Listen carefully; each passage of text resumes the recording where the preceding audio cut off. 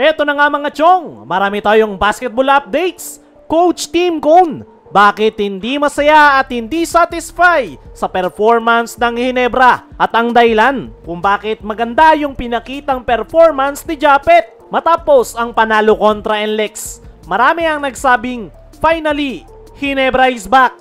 Pero sa paningin ni Coach Tim Cone, malayo pa raw ang team sa gusto niyang level ng laro. Ayon mismo kay Coach Tim Cone, sa kanyang press con interview ay hindi pa raw siya satisfy sa kanilang naging performance at malayo pa raw yan sa kanyang expectation. At kung titingnan mo nga naman, may punto si Coach Tim. Oo, panalo sila ng 30 points pero sa kabuuan ng conference, 2-3 pa lang ang kanilang win-loss record. Ibig sabihin, nasa bandang ibaba pa rin sila ng standings at sa gantong maikling elimination round, mahalaga ang bawat panalo at puntos.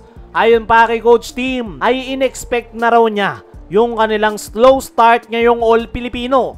Bakit? Kasi unang mga laro pa lang daw nila ay bigating teams na agad ang kanilang nakatapat gaya ng Magnolia, San Miguel at Meralco Bolts. Puro contender team at nabanggit pa ni Coach Tim na isa sila sa pinakahuling kupunan na huling naghanda ngayong All-Filipino. Kaya raw hindi na siya nagulat na nasa ibaba sila ngayon ng team standings. Pero kahit in-expect na ni Coach Tim na hindi magiging maganda yung kanilang simula, ay hindi ibig sabihin nun ay kontento na siya sa performance ng kanyang kupunan. Ayon nga mismo kay Coach Tim, we can't just rely on talent. We have to play smarter and with more consistency. Sa tingin ko mga chong, ang gusto ni Coach Tim ay steady improvement sa kanyang kupunan. Dahil alam niya na magiging dikit ang standings sa dulo ng elimination round. At kapag nangyari yan, quotient ang magiging malaking factor kung sino ang makakapasok sa top 4 na makakakuha naman ng twice to beat advantage. Para sa akin mga chong, ay maganda yung mindset na mayroon si Coach Tim Cone. Hindi siya satisfy kahit pa napakalaki ng kanilang naging lamang kontra NLEX Road Warriors. Dahil alam ni Coach Tim na bilog ang bola at every game, iba ang magiging resulta ng laro. Kahit okay naman yung performance ng Ginebra, ay gusto pa ni Coach Tim na mag-improve pa yung kanilang laro. Para sa akin mga chong, isa pa sa nakikita natin kung bakit hindi satisfy si Coach Tim ay mukhang meron itong gustong gawin sa kanyang kupunan na hindi pa nagagawa ng kanyang mga players. Mukhang ngayon pa lang ay hinahanda na ni Coach Tim ang Barangay Ginebra para sa paparating na mas mabigat na PBA playoffs. Dumako naman tayo dito sa kabilang balita.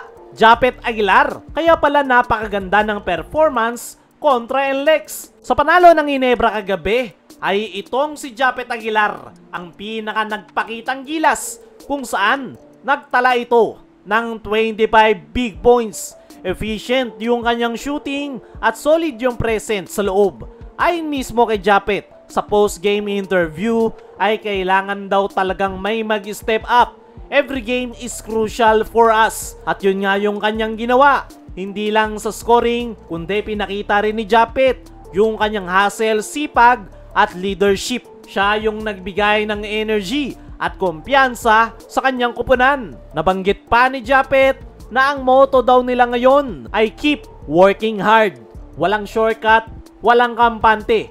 Lalo na't alam nilang kailangan nilang bumawi sa early struggle nila ngayong conference. At maganda nga yung mindset na yan na mayroon ang Barangay Ginebra. Kailangan talaga nilang magdoble kayod dahil naghahabol nga sila ngayon ng panalo dahil top 4 teams ang makakakuha ng twice to beat advantage. As of now, meron pa namang pag-asa dyan ng Barangay Ginebra kahit meron na silang 3 talo. At yan nga yung motivation ni Japet Aguilar kaya napakaganda ng kanyang naging performance kontra NLEX Road Warriors. Naniniwala ko mga chong na kaya pa rin talaga ni Japet na makipagsabayan sa ilalim. Pero kakailanganin pa rin nito ng tulong sa loob ng painted area. At sana lang talaga ay may pagpatuloy nitong si Japet Aguilar yung kanyang magandang performance hanggang sa dulo ng kanilang kampanya ngayong All-Filipino. Kaya mga chong, ano ang masasabi nyo sa magandang performance ni Japet Aguilar? Ano rin yung masasabi nyo sa dahilan kung bakit hindi pa rin satisfy si Coach Tim Cone? Comment mo lang dyan sa ibaba.